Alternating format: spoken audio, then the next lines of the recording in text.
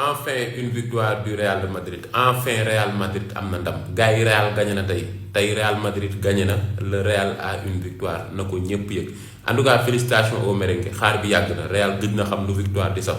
victoire di ko daw Real di ko topp victoire di ko daw Real di ko topp tey victoire taxaw na tourné daje ak Real de Madrid Real Madrid am ko 2-1 une victoire qui leur fera du bien même si bu fekkee pour man la saison est quasi terminée pour le Real Madrid bon parce que Real. Essant il revient à 6 points du Barça, il y a le Classico et tout peut arriver, mais pour moi la saison est terminée pour le Real de Madrid. Mais gars, le Real a gagné, mais le Real est catastrophique. Non, mais gis nga Real Madrid il faut mu renforcer ci mercato bi Real équipe bii nii tey Alaves moom moo raté lu bëri rek certes nag ndam moom am na loo ko amee baax na mais il faut tamit analyser ce Real là est toujours malade malgré les 3 points ce Real Madrid est toujours malade Real Madrid bi du moom mooy gaaw jëlaat Ligue des Champions Liga sax gaw moomu gaaw ko jëlaat. Real Madrid bi foo mu dem renforcer Real dafa manqué ay joueurs de qualité dafa manqué un vrai coach bu diriger équipe bi Real li ñu ci war a améliorer moo bari y a trop de points noirs gagné na nag certes mais ce Real est toujours malade face aux grandes équipes il va encore parler chinois Real des na de Real des na bu baax a baax sax. Barça fexe leen rek ba bu leen dëggal li dox boobu wax mooy Javier Tebas président de la Liga. Victoire 2-1 du Real Madrid mais les gars je pense que ni temps bi suñ ko yokkoon tuuti. Alaves mënoon na égal ndax Alaves 10 dernières minutes première mi-temps bi ak 15 dernières minutes deuxième mi-temps bi ils ont montré de très bonnes choses ils ont eu des occasions très franches. Heureusement pour le Real Madrid il y avait un très grand André Lunin. Victoire 2-1 du Real Madrid sans surprise après l'élimination en Ligue des Champions. On a vu aujourd'hui Kylian Mbappé a marqué, on a vu aujourd'hui Vinicius a marqué. Et Vinicius, je vous rappelle que depuis le 22 mars bi muy doublé contre Atlético Madrid la gëjoon dugal sous les couleurs du Real Madrid. Et aujourd'hui, il marque. On a vu que Bimdougalé s'est excusé auprès des supporters du Real Madrid. Ramenant sûrement Ligue des Champions. Et Kylian Mbappé, comme vous savez, 46 mars, 47 buts, 8 passes décisives. Franchement, par là, sur le plan personnel, il fait une top saison. Mais malheureusement, saison blanche. Il y a un résultat des faits. Le Real a 6 points du Barça. Voilà, en sachant que le Barça doit jouer mon excellent de vigor. Donc, victoire obligatoire pour les Catalans. Vous faites qu'ils veulent creuser l'écart contre le Real Madrid. En tout cas, une très belle équipe d'Alaves qui ont montré des choses extrêmement importantes. Parce que le Real, sur le relais, voilà, ils ont eu des occasions, mais ils n'ont pas été aussi dangereux que ça. Victoire du Real Madrid, gars, 2-1 contre Deportivo Alaves. Gars, wax nañu dëgg la ñun gën nañu am victoire de surtout kañ laa gëj a taal vidéo nii di wax victoire du Real Madrid loolu gën naa am ne li ma tax dëkkandoo yi di ñu kañ quoi. Mais il n'y a pas de souci, gars. Au moins, on retrouve le sourire 2-1 avec des buts de Kylian Mbappé et un magnifique but de Vinicius Junior. Moi, je suis franchement, il n'y a pas beaucoup de choses à dire. On n'a qu'à saluer la prestation de Arda Güler, comment dire, Jude Bellingham, comment dirais-je, Trent Alexander-Arnold, Federico Valverde. Ils ont fait un bon match. Hein. Et dans l'ensemble, on n'a pas fait un excellent match, on a fait un match moyen. Match il y a des défaites. Voilà, championnat maintenant, film le jour, il y a des défaites qui perdent, ils vont parler. Sauf. Sinon, ça fait que Barça pression. 6 points, Barça des joueurs suba. Xana ñu ñaan yalla ñu perte. Yalla na dëkkandoo yu perte suba inshallah championnat bi xaw safa dara dur sax ni championnat bi safa dara. Ah du yoon way, du yoon non vraiment. Mais dara en tout cas on retrouve le sourire. Hala Madrid ina Damas en fait une victoire. Gay wax nañ dëgg de. Ban tabaské ban qualité ba ci suba ba légui la gëj wax ni mais yalla baax na. Victoire 2-1. Je pense que match bi loolu rek lañ ci mën a tirer voilà mooy loolu Real Madrid gii la ilaha illallah dañuy wax na Barça perte mais Real Madrid sax goo mën dina assoné 7 victoires d'affilée gisuma fu ñu koy defee en fait ak équipe bi li ma gis nii c'est alhamdulilah yàlla na saison bi gaaw jeex parce que là on a besoin carrément de départ et d'arrivée nan ko xtadee rek que man Real may gis ni football Ligue des Champions ak Real ma gis ni football Liga man dafa mel ni yàlla ak yàlla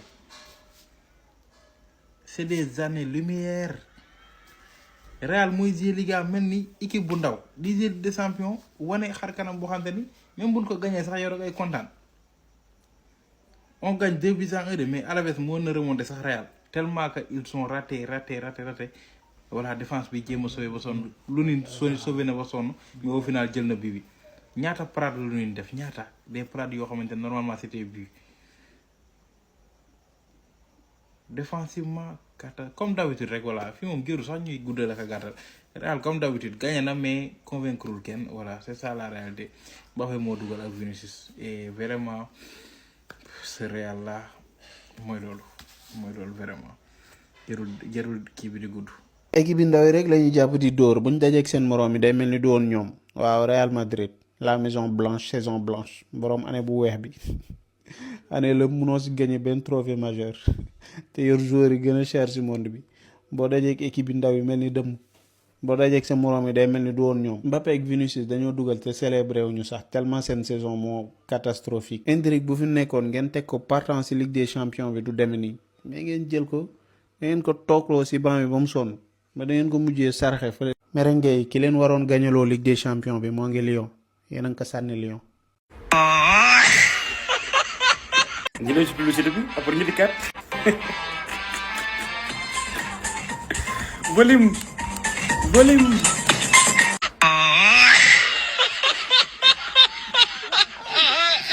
ko xam le Vinicius si bi jégglu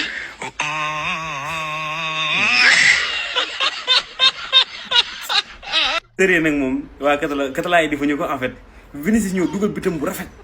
célébré mais lu ngeen koy reetaanee en fait mais nag c'est normal Vinicius Junior dafa xamul lii en fait di toog année bu lëmb te jëlul trophée Vinicius Junior bu mu ko gëjee def moo yàgg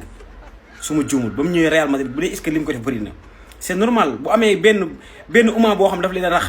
ñu doon wax arrêté benn uma boo xam ne rax na leen jaari at mënuñoo gis trophée c'est normal mu réaliser loolu nii en fait 2 saisons en fait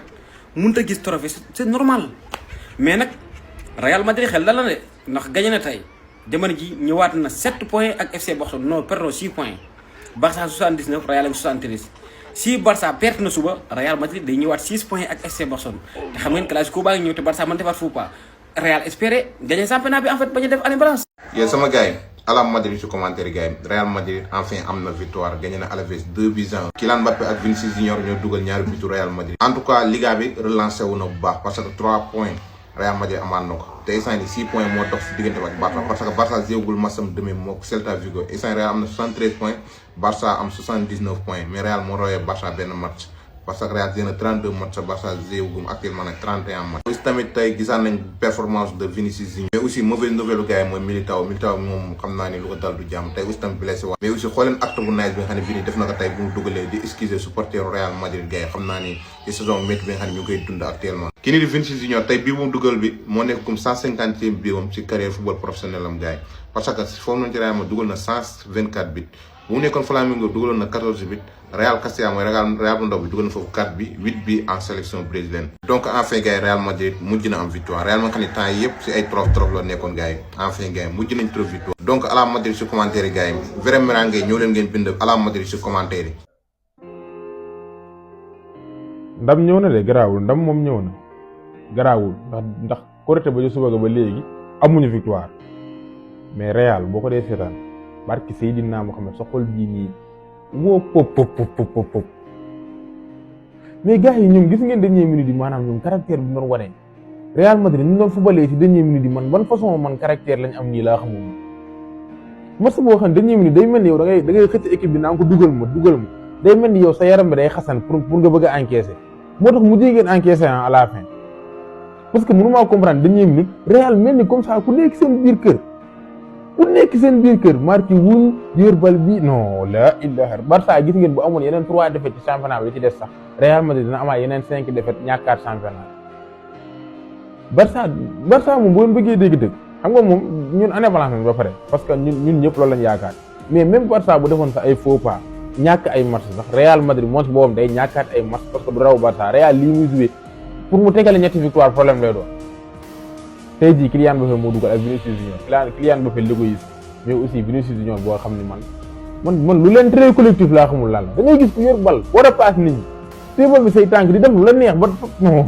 man Real léegi avec ça ñun dañoo bëgg a jël ay trophée individuel bu dee moom ngeen bëgg ngeen dem tennis trophée yooyu ngeen bëgg tennis la am tennis mais ñun li ñuy jouer on joue au football collectif la mais ñoom ñaar ñii Vinicius sax moo tane mais Mbappé mi ngi noonu te nag Mbappé lu ci gën a garaaw moo jël on match bi dégg nga seen faree ngeen amee wana bara jaa ngeen. match bi jeex na gagné nañ 2-1 Kylian Mbappé ak Vinicius ñoo dugg. à part ça y a rien à dire d'important dans ce match amul dara loo xamante ni jar na ñu koy wax ci match bi parce que jaru ko sax heureusement pour ñun bi ñu njëkkee dugal ba Kylian Mbappé teelee dugal premier mi-temps sinon billahi match bi daanu woon demee nii comment en fait man je comprends pas comment ñun ñuy souffrir ay contre ay équipe ay ñoo xamante ni ay relégation la ñuy jouer en fait man loolu laa mënul dugal sama bopp loolu laa mënul nangu xoolal tey nu ñu souffrir xoolal tey rek nu ñu souffrir ñi deuxième bi Vinicius moo leen abattre billahi moo leen xaw a am benn 10 minutes jeex na mais à part ça depuis presque 20 minutes avant match bi di jeex dañ ñoo teg pression dañoo souffrir heureusement que Lunin mi ngi woon ci camp yi tey il a fait un très bon match tam tey kenn amul dara lu mu ko wax parce que su dul woon moom xaw waxuma leen 2 de waaye 4-2 ngeen di gis wala 5-2 dañoo naroon a kill ins bii ni nag voilà ni ñu koy waxee gagné nañ ña ngi sant yàlla en espérant que suba Barça def faux pas Celta Vigo gagné ko wala ñu nul gagné wala nul baax na buñ ci am jël na point yi gën a wàññeeku rek du coup ins bii nii en attendant 6 points d'écart lañ am provisoirement toog di xaar match suba bi mais bon billahi ins bi seetaan match Real Madrid moo metti ins bii nii mais yàlla baax na yàlla bëri na sutura